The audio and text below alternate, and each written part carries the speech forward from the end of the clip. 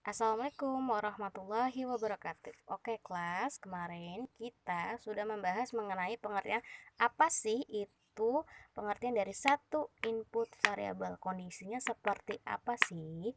Nah, hari ini kita akan melanjutkan pembahasan dengan menggunakan contoh soal. Nah, di sini kalian sudah lihat, seperti yang bisa kalian lihat, di sini ada contoh soal dari penerapan aplikasi penerapan teori satu input variabel. Dari sini ada tenaga kerja, ada tanah yang di satuannya adalah hektar. Di sini ada tenaga kerja, satuannya adalah labor. Kemudian di sini ada total produksi atau disingkat dengan TP, total produk. Di sini adalah marginal product atau MP. Kemudian ada average product atau AP, dan yang terakhir di sini ada tahap, kolom tahap. Nah, tapi untuk di kolom tahap ini silahkan kita abaikan dulu, nanti akan saya jelaskan bagaimana cara memutuskan ini masuk ke tahap berapa. Nah, kita hari ini fokusnya untuk menghitung bagaimana cara menghitung MP dan AP. Nah, coba kalian lihat di bawah sudah ada rumus. Di sini untuk mencari MP yang kolom ini, rumusnya adalah delta TP dibagi delta L. Oke, namanya delta berarti kenaikan atau selisih nanti ya, kenaikan atau penurunannya ya. Di sini delta TP dibagi delta L. Jadi, untuk mengisi marginal product atau MP, kita harus mengetahui dulu nilai TP atau total product dan juga nilai dari labornya berapa. Berapa sih jumlah labornya? Nah, seperti itu. Untuk yang AP, rumusnya adalah total product TP dibagi dengan labor. Nah, untuk mempersingkat waktu, kita analisis dulu dari soal. Di sini ada tanah dan tenaga kerja. Kalau kita lihat di sini jumlah tanah satu satu satu satu satu. Nah, satu terus kan? Ini tidak berubah, atau di sini sikonnya bisa aja si produsen dia tidak membeli tanah lagi untuk kegiatan produksi, atau dia stuck aja, tidak menambah memperluas tempat untuk melakukan kegiatan produksi. Jadi tanah yang dia miliki hanya satu. Seperti itu, 1 hektar sin tanah. Kemudian di sini kita lihat dari soal tenaga kerjanya, coba lihat. Tadinya awal 1, 2, 3, 4, 5 sampai 9. Artinya apa? Artinya di sini tenaga kerjanya selalu mengalami penambahan sebesar 1 orang pekerja. Terus kita lihat lagi bawahnya, 3 ke 4 juga bertambah menjadi 1 pekerja. Artinya apa? Dari soal kita bisa analisis bahwa ternyata di sini tanah itu kan termasuk faktor produksi ya. Faktor produksi apa? Iya benar, termasuk dalam jenis faktor produksi sumber daya alam. Nah, kalau tenaga kerja, dia termasuk faktor produksi tidak? Iya, tenaga kerja termaksud dalam faktor produksi ya, atau singkatnya adalah labor. Sini kondisinya dalam soal kalian lihat, wah, jumlah tenaga kerjanya terus berubah-ubah nih. Tapi tempatnya atau tanahnya yang tempat mereka bekerja tidak mengalami perubahan atau stuck. Jumlah tanahnya adalah persis sama, tidak diubah-ubah. Tapi faktor produksi berupa tenaga kerja dia terus ditambah sebanyak 1 orang. Nah, dari soal ini kita analisis, berarti ini soal ini termasuk sudah memenuhi kriteria untuk masuk ke dalam teori satu input variabel. Dimana kemarin kalau kita ulang ya, satu inputnya ini adalah tenaga kerja ya. Yang dianggap berubah-ubah adalah tenaga kerja. Variabel artinya bersifat berubah-ubah. Oke, di sini berarti soal ini sudah memenuhi kriteria untuk masuk dalam teori satu input variabel. Karena kita menganalisis ini ya. Oke, langsung saja kita cara menghitung MP. Pertama kita akan menghitung MP yang pertama dulu ya. Oke. Saya taruh sini. Kita akan menghitung MP yang ini. Bagaimana caranya? Kita tinggal masukkan rumus yang pertama ya, tenaga kerja yang pertama.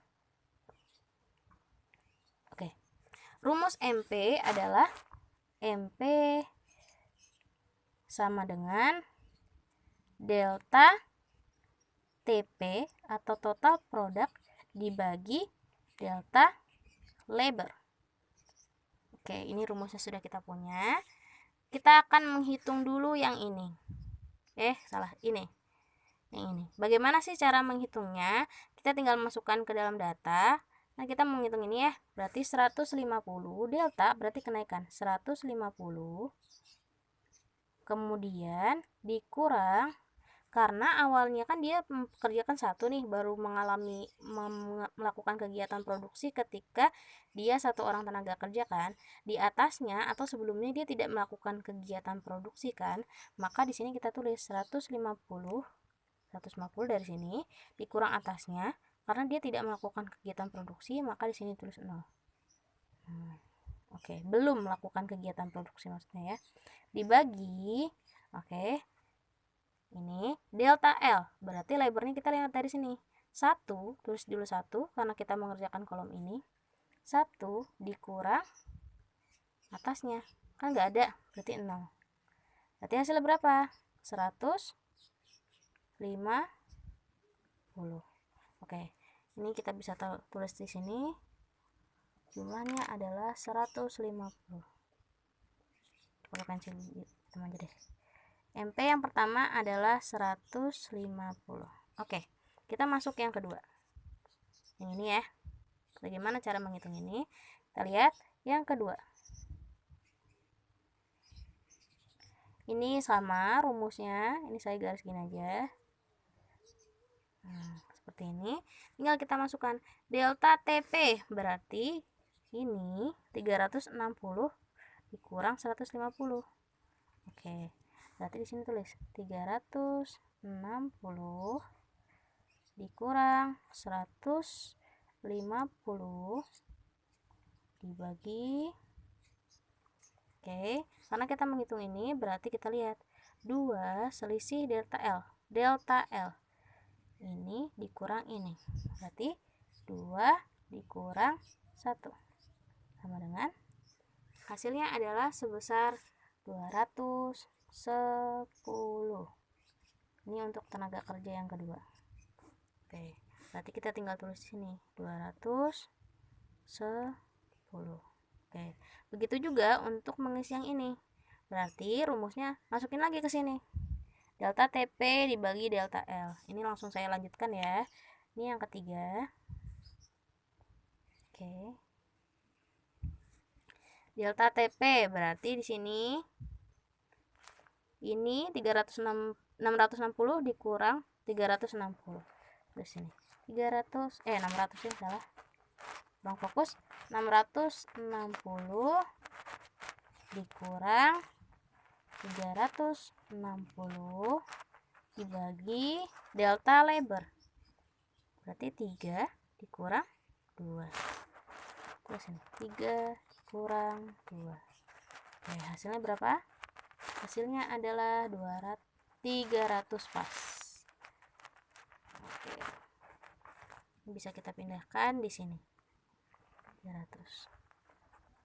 Begitupun seterusnya sampai ini hasilnya. Ini kalau misalkan saya sudah hitung nih ya. Hasilnya di sini 340. Kemudian di sini 250.